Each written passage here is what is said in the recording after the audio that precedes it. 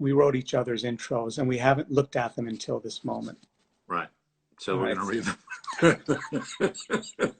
for the first time. Hi, I'm Bill Barretta. Most of you know me from several years ago when I came on the scene in season 3, episode 5 of My 600-Pound Life. And I'd like to thank each and every one of you who supported me throughout my journey. My real passion is my new garnish line for mashed potatoes. Soon to be available, Billy's Bag of Chives, Billy's Big Stick of Butter, and my personal favorite, salt. Finally, I love puppets, but not the stupid kind that don't move their mouth.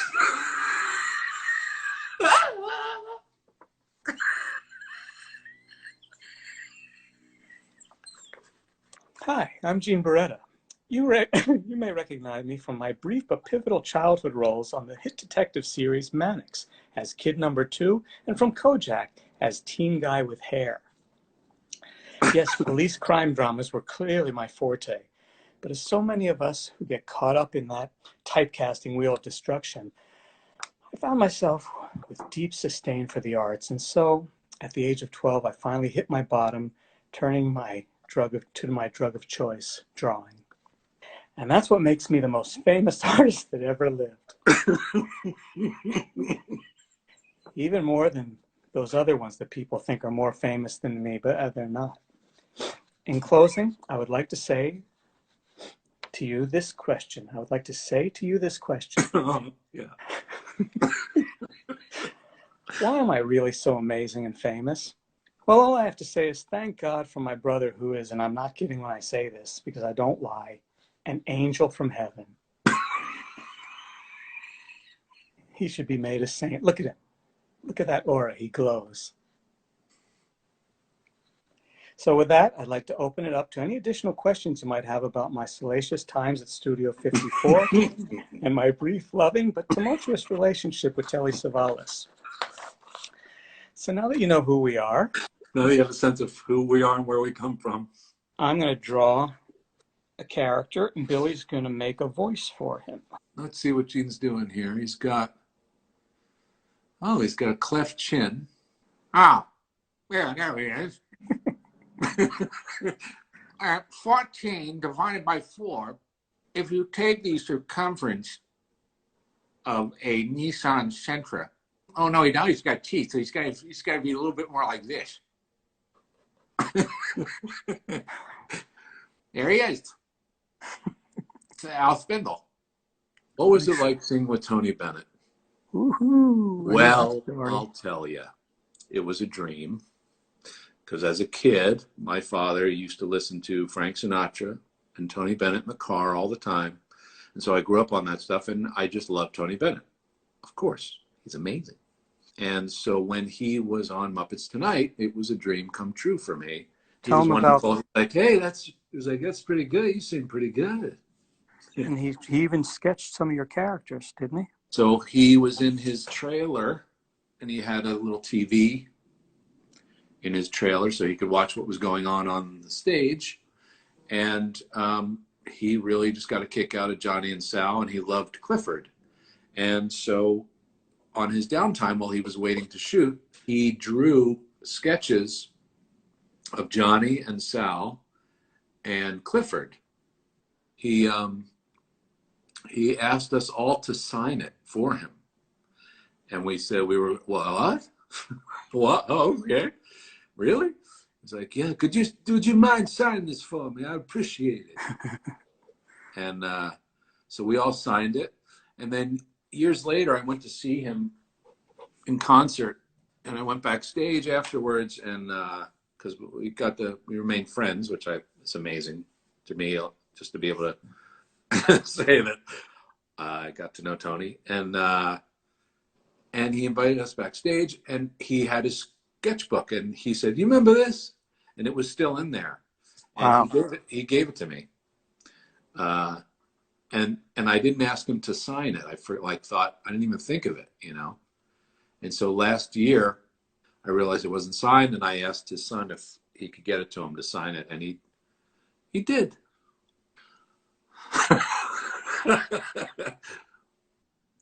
Sam. He's like a maitre d'. Yeah, hi. Hey, welcome to Spalabi's. Welcome to Spalagio's. How many in the party? 3. All right, we'll just be a moment. It's great to see you again, Mr. Fallman. This is a bobblehead that my brother got for me. Bruce asked if we were ever arrested. We weren't Gene arrested. was. I wasn't arrested. I was picked up and fined. I hope no my kid readers are watching. Streaking was popular at the time. and at 3 o'clock in the morning, I mooned an unmarked cop car. and skidded out, and we dashed, and I thought I made it. I thought I got away. And then this was the funny thing. The cop was so dramatic. I was around the back of a building, and there was a railing that was maybe about 5 feet long that came off of a first floor door. He could have easily run around it to say, "Hey, come here." He did like he put his Starsky and arm Hutch on the rail and jumped over it. He did this whole big dramatic, like, Western barroom thing. I'm sure it was a big night for him. Yeah. So I was fined $50. Now here's something bad you did. Oh. That came up naturally. Billy had apparently taken my car many times without me knowing and chalking up a whole list of tickets that were unpaid. So and I had to appear in court for them. And I remember going up thinking, oh, this is going to be, a cordial thing. I'll just explain that it wasn't me and that, maybe my brother would take care of it or whatever. I stood up there. I didn't get a sentence out. I just said, yeah, well, it wasn't actually me. I don't care who it was. You're going to pay up. And I got all flushed and kind of teary. And I remember leaving. We didn't have. You were so mad at me. I did. I called you. You were still asleep. It was that early in California. Well, that reminds me of when you cut that guy. When you dragged the body into the lake? Yeah. Let's tell that one. Remember when you doused that person with gasoline? No, well, it was turpentine. It wasn't gasoline. And then you called me and you were like, I shouldn't have done it. And I was like, I know. Yeah, but you can't look back. No. Let bonfires be bonfires. That's true. Right? You know what I'm saying? Some saying. I have one. I have a story. What? It's actually an England story as well. It was a Royal Variety show. And we were doing a song with Right Said Fred when they were really popular. I'm too sexy for my... During rehearsal time, Dave Goles and Steve Whitmire and I and Frank were sitting out in the audience, an empty theater, the row, where we were. And we were just sitting waiting to do our thing. And we hear, okay, can we get a sound check, please? Here we go. And the curtains are completely closed. And we hear, we're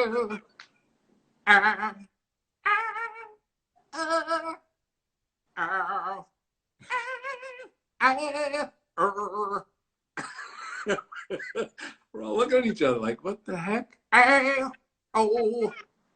And all of a sudden the curtains open and it's the Bee Gees. And they do basically our own little personal concert. It was amazing. It was unbelievable. Wow. But that was their sound check. Here's something old. This guy. I can show this guy. Oh, yeah. This is the original design for Earl from Dinosaurs, designed by Kirk Thatcher. You can see he was a bit more harsh. We ended up going more the Jackie Gleason kind of route and lightening him up a bit.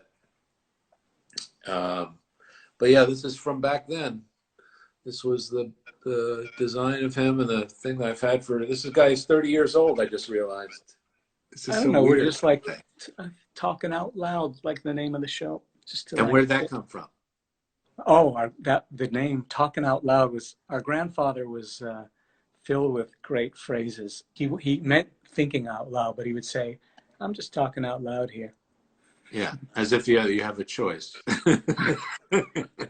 I was just talking out loud here, but